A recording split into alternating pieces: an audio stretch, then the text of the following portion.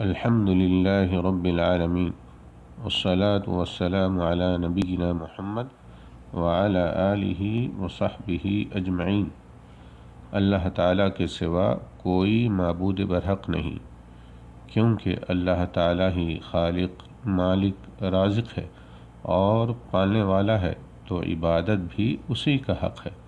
مخلوقات میں ہر چیز کو اللہ تعالیٰ نے پیدا کیا ہے، تو یہ بات کیسے معقول ہو سکتی ہے کہ مخلوق کے کچھ افراد اپنے جیسی دوسری مخلوق کی عبادت اور بندگی کرنے لگ جائیں، جبکہ وہ بھی ان کی طرح محتاج ہیں اور پیدا کیے گئے ہیں۔ اللہ تعالیٰ کا ارشاد ہے، اللہ لا الہ الا هو الحی القیوم لا تأخذہ سنۃ ولا نوم۔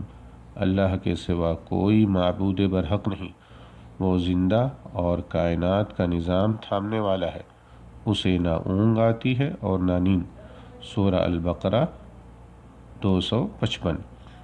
اللہ تعالیٰ کا فرمان ہے، اننی انا اللہ لا الہ الا انا فاعبدنی۔ میں ہی تو اللہ ہوں، میرے سوا کوئی معبود برحق نہیں، تو میری ہی عبادت کر۔ سورہ طٰہٰ 14۔ اللہ تعالیٰ کا ارشاد ہے، فَاعْلَمْ أَنَّهُ لَا إِلَٰهَ إِلَّا اللَّهُ۔ جان لو کہ اللہ کے سوا کوئی معبود برحق نہیں۔ سورہ محمد 19۔ انبیاء علیہم السلام نے بھی لوگوں کو یہی دعوت دی کہ ایک اللہ کی عبادت کرو، اس کے سوا کوئی عبادت کے لائق نہیں۔ اللہ تعالیٰ کا فرمان ہے، یا قوم اعبدوا اللہ ما لکم من الہ غیرہ۔